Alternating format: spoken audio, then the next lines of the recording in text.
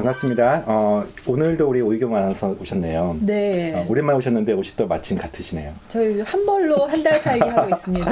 네, 여전히 스튜디오는 굉장히 밝아지는 분위기인데요. 네. 오늘은 또 특별히 많은 사람들이 관심 있어하는 술에 대해서 좀 다룰까 합니다. 우리 네. 오이경 아나운서님은 술을 잘 드시나요? 노력해서 잘 마시게 된 경우입니다. 네, 처음에 한 잔 마셨을 때 완전 한 잔 마시고 취했는데 그 뒤에 직장 생활에서 좀 이렇게 저희는 회식 문화가 좀 중요했어요. 네네. 거기에서 자리를 좀 장악하는 게 중요해가지고 일하는 것처럼 좀 전투적으로 마시다 보니까 네. 한때 조금 잘 마신다는 소리도 들었지만 사실 약해요.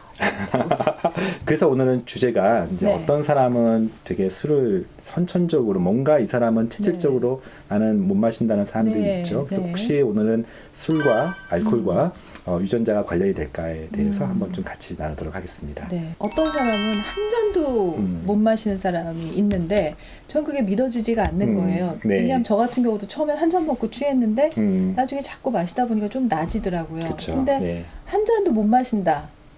노력을 안 한 거 아닙니까? 우리가 알코올, 에탄올이라는 걸 마시면은 네. 바로 이것이 분해가 되는 게 아니라 두 가지 효소에 의해서 이렇게 분해가 돼요. 네. 첫 번째는 알코올, 에탄올에서 아세트알데하이드라는 그런 중간 단계의 산물로 바꾸는 그 ADH라는 효소가 있습니다. 네. 자, 아세트알데하이드는 좀 듣기 어려운 얘기지만 이것은 독소에 해당되기 때문에 빨리 인체는 그거를 배설시키려고 해서 네. ALDH라고 하는 알코올 분해 요소가 거기 또 작용해요. 네. 그래서 에탄올이 아세트알데하이드 그리고 나중에 아세테이트라고 하는 이제 몸에 좀 좋은 산물 마지막 산물로 바뀌는 이 과정 속에서 두 가지 효소. 근데 효소 즉 단백질은 사실은 유전자에 의해서 지배되기 때문에 네. 흔히 말하는 ADH 유전자 또 ALDH라고 하는 유전자에 네.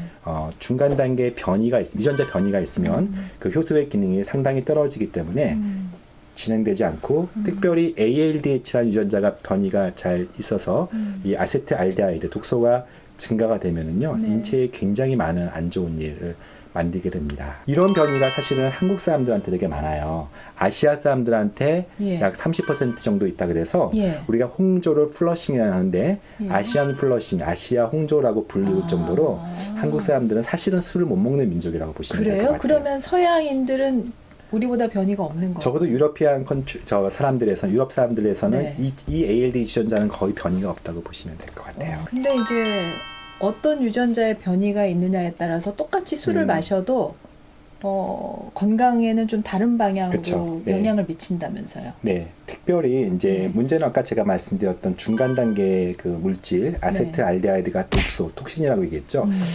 이 독소가 대표적인 독소가 식도암과 후두암 같은 이런 이제 구강암을 일으키는 상부 소화기 암을 일으키는 대표적인 유전자 변이고요. 네. 그래서 이 ALDH라는 유전자의 변이가 있으면은 그 일본에서 한 대표적인 연구가 그렇지 않은 사람에 비해서 술을 많이 먹은 사람들 중에 훨씬 더 많은 한 2배 정도에서 3배 정도의 식도암을 일으켜서 전반적인 식도암이 생길 수 있는 확률이 술을 먹으시는 분들은 약 20% 정도 굉장히 높은 수치의 확률이 걸린다고 볼 수가 있을 것 같아요. 예. 그럼 술로 생기는 암 중에 가장 빈도가 높은 게 식도암이에요? 네, 식도암 또 후두암. 실제 제 환자 중에 케이스 잠깐 말씀드리면 제가 이제 심각하게 이 유전자 검사를 설명을 하면서 그 어떤 회사 대표님이셨는데 제가 술 드시면 안 돼요. 왜냐면은 술도 못 드실 것 같긴 하지만 이게 독소가 돼서 암을 일으킬 수 있습니다 했더니 굉장히 멋쩍어 하면서 그분이 본인이 이미 식도암에 걸렸다는 거예요. 근데 걸렸는데 자기는 왜 걸렸는지 모르고 그냥 뭐 재수 없어서 또는 그냥 그랬었는데 그분이 유전자 변이가 있는데 알코올을 계속 마시니까 사실은 그 사람의 위험도가 되게 증가됐는데 문제는 지금도 술을 마시고 있더라고요.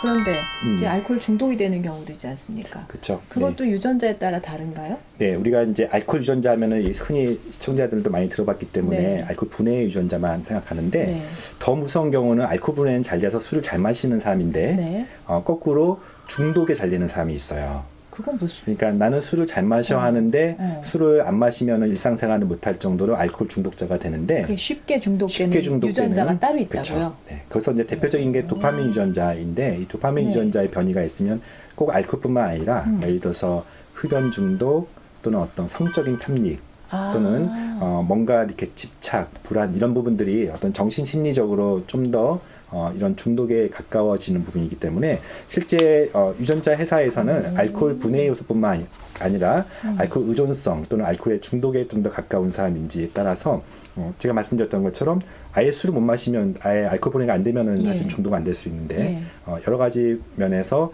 알코올 중독도 꽤 신경 써서 설명하는 것 중에 하나라고 보시면 되겠습니다. 그러면 그 유전자가 있으면 알코올 중독도 쉽게 되지만 다른 중독도 쉽게 된다. 네, 사실 제가 다음 시간에 언제 한번 얘기하겠지만 도파민 관련된 유전자는 굉장히 많이 활용됩니다. 어떤 성격, 심리 이런 부분도 좀 관련되기 때문에 그 다음 또 저희가 한번 더 나누도록 하겠습니다. 아까 제가 처음에 말씀드렸잖아요. 처음에 나도 분명히 한 잔만 마셔도 취하고 그랬는데 그쵸. 나중에는 조금 잘 마실 수 있게 됐다. 이렇게 혹시 술을 많이 마시면 주량이 진짜 세질 수 있는 겁니까?